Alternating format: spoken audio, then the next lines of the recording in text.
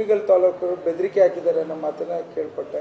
ನಿಮ್ಮ ಮಾಧ್ಯಮದಲ್ಲಿ ಪ್ರಸಾರ ಮಾಡಿರೋಂಥದ್ದು ನೋಡಿದೆ. ನಾನು ಆ ವಿಚಾರದಲ್ಲಿ ಒಂದು ಮಾತನ್ನು ಹೇಳಲಿಕ್ಕೆ ಇಚ್ಛೆ ಪಡ್ತೇನೆ. ನಾನೊಬ್ಬ ಕುಣಿಗಲ್ ತಾಲೂಕಿನ ಸಾಮಾನ್ಯ ಕುಟುಂಬದ ಡಾಕ್ಟರ್ ದೊಡ್ಡಯ್ಯನವ್ರ ಮಗ. ನಾನು ಯಾವ ಮಂತ್ರಿ ಮಗನೂ ಅಲ್ಲ. ನನ್ನ ಹತ್ರ ಬೆದರಿಕೆ ಹಾಕೋ ಗುಣನೂ ಇಲ್ಲ. ಅವೆಲ್ಲ ಭಾಳಷ್ಟು ಸಂಸ್ಕೃತಿಲಿ ಬಂದಿರೋಂಥದ್ದು.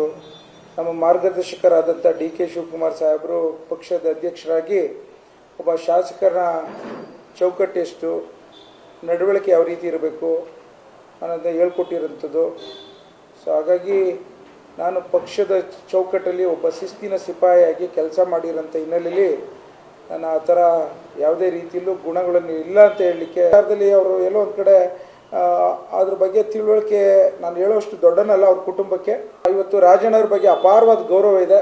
ಅವರು ಸಹ ಭಾಳಷ್ಟು ಹಿರಿಯ ರಾಜಕಾರಣಿಗಳು. ಪ್ರತಿಯೊಂದು ಹಂತದಲ್ಲೂ ಈ ರೀತಿಯ ಹೇಳಿಕೆಗಳು ಕೊಡ್ತಾರೆ. ನನಗೆ ಗೊತ್ತಾಗ್ತಿಲ್ಲ.